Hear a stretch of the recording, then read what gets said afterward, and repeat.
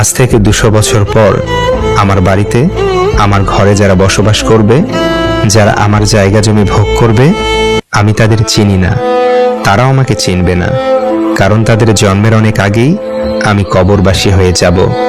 আর ততদিনে মুছে যাবে আমার নাম নিশানা, কবরটাও নিশ্চিহ্ন হয়ে যাবে।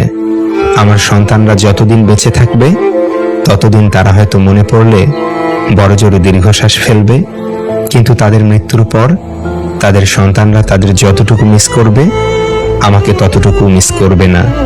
হয়তো বাবার কবর জিয়ারত করে দোয়া করার সময় দাদার জন্য একটু করবে, কিন্তু তার পরের প্রজন্ম আর মনে রাখবে না। প্রায় 200 বছর আগে মারা গেছে আমার দাদার দাদা, যিনি আমার পূর্বপুরুষের জন্য ঘর বাড়ি জায়গা জমি রেখে গেছেন।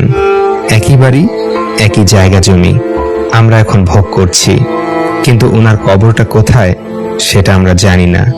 হয়তো আমার দাদার পিতা জানতেন, কিন্তু দাদার পিতা তো বেঁচে নেই, দাদাও বেঁচে নেই। তবে 7-5 করে বা বৈধ অবৈধের তোয়াক্কা না করে যে সম্পদের পাহাড় গড়েছেন সেটা কবরে নিয়ে যেতে পারবেন না। আর যাদের জন্য রেখে যাচ্ছেন তারাও আপনাকে মনে রাখবে না, এটা নিশ্চিত। অন্যের সম্পত্তি জবরদখল করে ভাবছেন আপনি জিতে গেছেন, সুদ ঘুষ কমিশন বাণিজ্য করে সম্পদের পাহাড় গড়ে ভাবছেন আপনি জিতে গেছেন, তাহলে আপনি আস্ত একটা বোকা। এই শব্দটা ব্যবহার করার জন্য সরি, ক্ষমা করবেন। আমাদের সময় খুব কম, তাই এই সুদ ঘুষ দুর্নীতি ক্ষমতার অপব্যবহার কোনো লাভ নেই। সময় থাকাকালীন ভালো হয়ে কবরের খোরাক সংগ্রহ করুন, ওইটাই বুদ্ধিমানের কাজ।